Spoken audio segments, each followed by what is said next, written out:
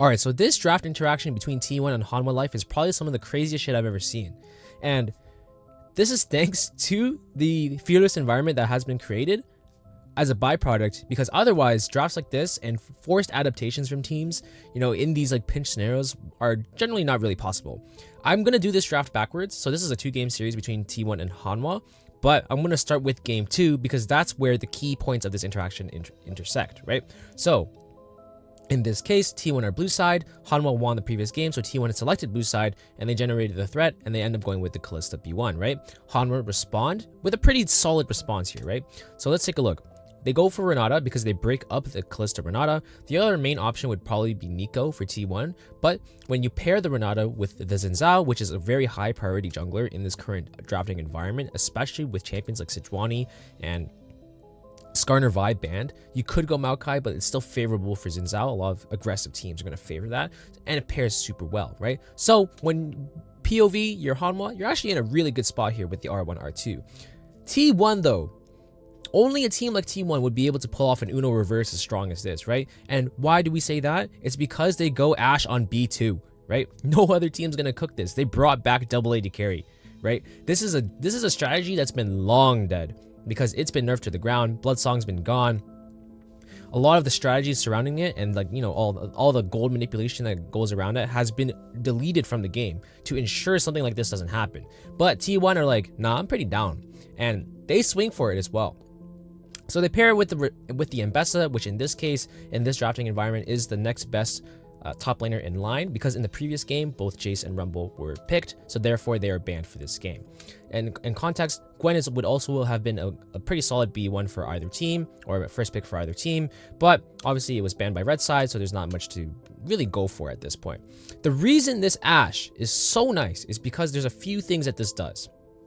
One, it prevents Hanwha from an automatic Ashe R3, in my opinion, because it has so many.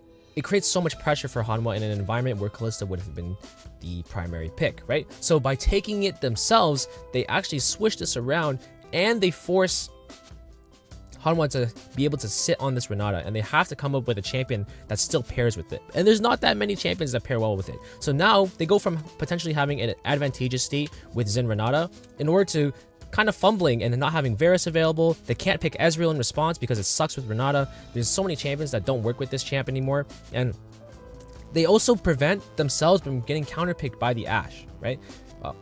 Callista's a champion that really strong with her guaranteed pairings, but without the right conditions, and there's still some areas where she would struggle really heavily. So this Ashe B2 basically prevents all of this and guarantees them prowl through bot side, and they arguably have winning lanes on both top bot and top right now, right? So now if you're Hanwha, you're scrambling. You really need a champion that would be able to pair well with this, and your T1 are kind of reading this a little bit because they banned out the Xayah as well. So Hanwha end up actually like cashing out on the Caitlyn instead, which is like okay, right? Considering the circumstance, sure. This is like a fine place to be, and it's so cool how T1 deploy this, and they draft around it, because now they have to pick an AD carry with more weaknesses, and therefore they end up getting a free J4 pick. The Silas response is actually really solid from Hanwha. This is a very Zeka type of pick as well, and he's very known for this. And this is a counter pick that's been coming up more and more against Victor, just because the way the matchup kind of flows over time as well. So like this interaction forced Hanwha to completely change their draft strategy, and the funniest part is that T1 actually gets shit on in this draft for as much as I'm hyping this up. And the reason for this is most likely because the double AD carry strat is not as good as it used to be. For how much they cooked and how much leverage they got in this scenario, it's really hard, because this type of lane matchup doesn't really generate the same advantages that it used to. And because of that, and because it's such on a thin wire in terms of execution, the moment anything goes wrong for T1, it's basically cooked. So I think they haven't ran this in a while, but they were kind of down, because that's why you can even see they were kind of laughing in the draft, right? And that's why there's the importance of how well you can think about this decision, but also the different metrics and the different areas, let's say dimensions where this pick could be influenced, and that's where you can see like the moment it kind of goes south a little bit. Double AD carry can't really translate like it used to. There's too many things to fight for. There's too much oomph in the game right now, where double AD carry would used to be able to thrive, but we're in a meta where there's so much movement around the map, and because of that, you're gonna want champions with more skirmishing power and more ability to kind of thrive in these scrappy scenarios. Kalista Ashe is a really good, one of the best double AD carry combos, but it thrives more off of being able to isolate that 2v2 and play through it, right, and generate an advantage that way. It doesn't thrive. I don't think it thrives in the chaos like it used to, like forgetting about the nerfs to the support items, forgetting about the nerfs to Ashe herself. So that's that interaction. We may as well cover the first game as well while we're here, because I think it's worth covering. It's much more of a normal draft in this case, because if you can see, T1 end up banning, I would say at this point, Kalista, Gwen are like basically permabans, and except for the obviously game 2. But in this case, they give up Yone and they trade Rumble. And this is a more normal draft because I think I've mentioned this in a previous couple of other videos, where the Naafiri early pick is still something that I think a lot of teams are calibrating to. And I think in this case, it's pretty hard for T1 to kind of pilot it, and it shoots them in the foot, especially on a team like T1, because they thrive off of something like support counter pick.